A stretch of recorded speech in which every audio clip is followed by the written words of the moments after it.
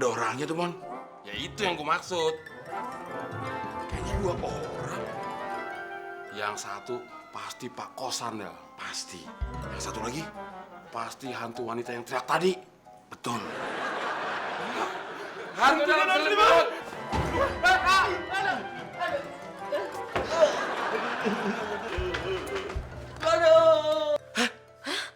Ngomong apa tadi?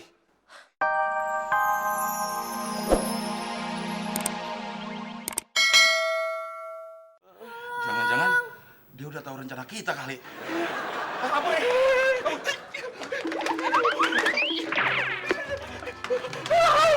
Kamu sana. Jatuh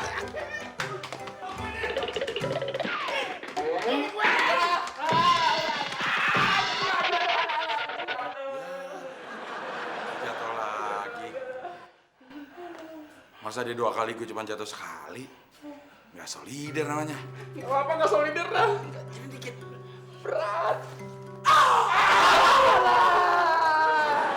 Udah gini aja, sekarang kita ilangin rasa takut kita. Kita harus berusaha supaya nyampe di kamar anak-anak, terus kita pindahin anak-anak. Habis pindahin anak-anak, Ya kita takut lagi. Feeling gue mengatakan demikian. yang bikin lu jatuh dari tadi, Den, gua rasa lu larinya pakai feeling. Makanya kalau lari tuh jangan pakai feeling. Terus pakai apaan? Pakai otak. Mana bisa lari pakai otak? Yang ada otak gue malah berceceran di lantai. Udah. Mau lari pakai otak kek, pakai gigi kek. Yang penting sekarang kita hilangkan rasa takut kita. Kita ke atas. Setuju? Setuju? Kita naik lagi. Tunggu. Gue gak mau lewat tangga ini deh. Lu mau lewat mana? Lewat lift. Gue nggak mau naik lift. Nanti kalau kita naik lift, setannya masuk, kita nggak bisa buru-buru keluar. Mati kita. Terus lu mau naik apa? Forklift. Nanti malah salah. Gigi lo yang nyangkut di forklift. Bisa gompal-gompal kan forkliftnya. Emangnya gigi gue peti kemas. Yaudah, ayo naik. Tapi bareng.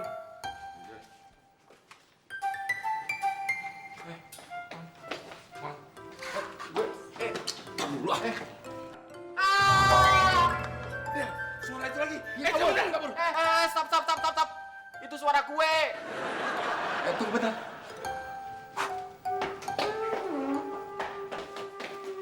Bentar. Taruh diri gue lagi. Yuk kita lari. Tuh, Kak.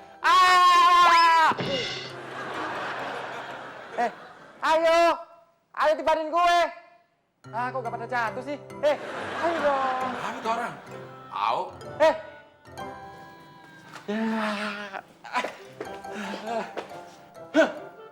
Giliran udah gue siapin bantal, lu malah gak jatuh. Sarap lo. Den, lu pikir enak jatuh nibarin lo? Yang gua mau tuh nibarin Neni, bukan Mumi.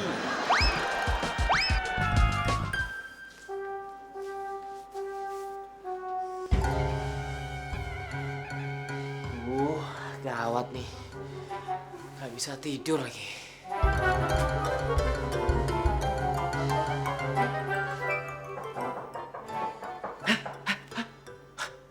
Suara apa itu?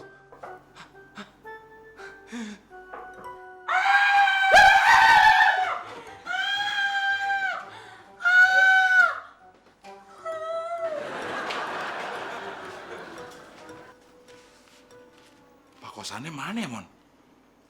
Bukan sama gue, Del. Gue nggak ngumpetin. Kalau nggak percaya, lu periksa aja gue. Lu geledah aja nih. Nggak ada tuh. Iya, gue percaya.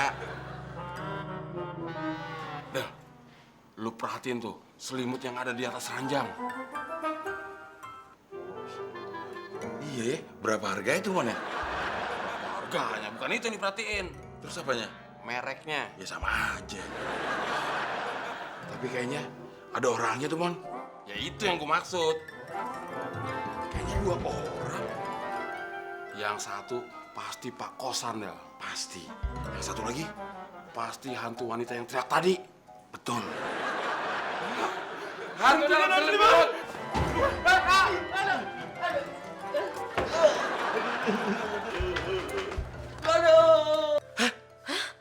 Ngomong apa tadi? Katanya ada setan dalam selimut, Pak. Oh. Hah! Ah, Bapak tunggu Pak.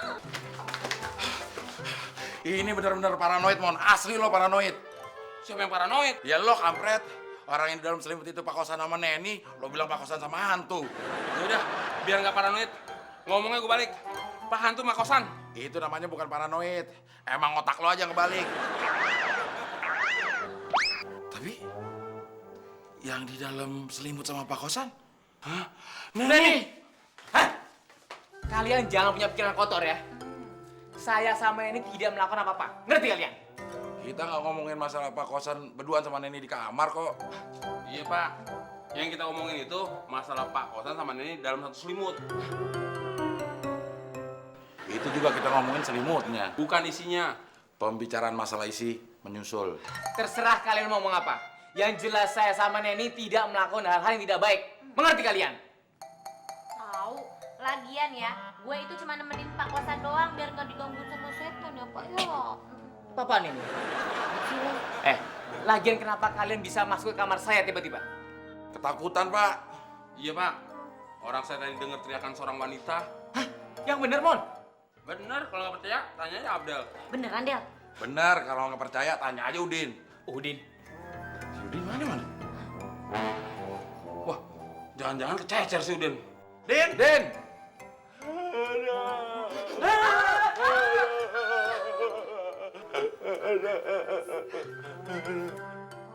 Pak kosan, gantian dong. Saya juga mau tuh model takut kayak Pak kosan, biar bisa meluk Neni. Denger ya, yang boleh takut model begini itu cuma Pak Kosan. Maaf, saya kilaf. Gak apa-apa kok Pak, sering-sering hilaf juga saya terima-terima aja. Lagian, Din, kamu pakai nakut-nakutin segala. Saya babak belur beneran, Pak. Bukan nakut-nakutin.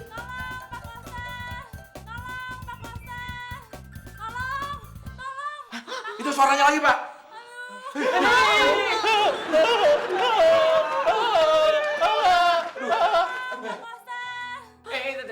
Tunggu. Kayaknya saya kenal suara itu. Bapak kenal Pak sama hantunya? Itu bukan suara hantu, tetapi tetangga sebelah, Bu Emma. Hah? Sekarang Bu Emma udah jadi hantu Pak? Pak Kosan! Del, kamu yang buka pintunya, Del. Pak Kosan! Maaf, Pak. Saya lupa cara buka pintu. Jangan jauh penakut. Din, kamu aja yang buka, Din. Sorry, sorry, Pak Kosan. Saya udah lupa letak pintunya. Ngeles aja loh.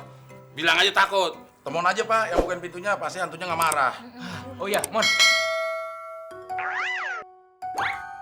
Kok nggak marah? Ya lo kan saudaranya. Pak Kosan! Tolong! Pak Kosan!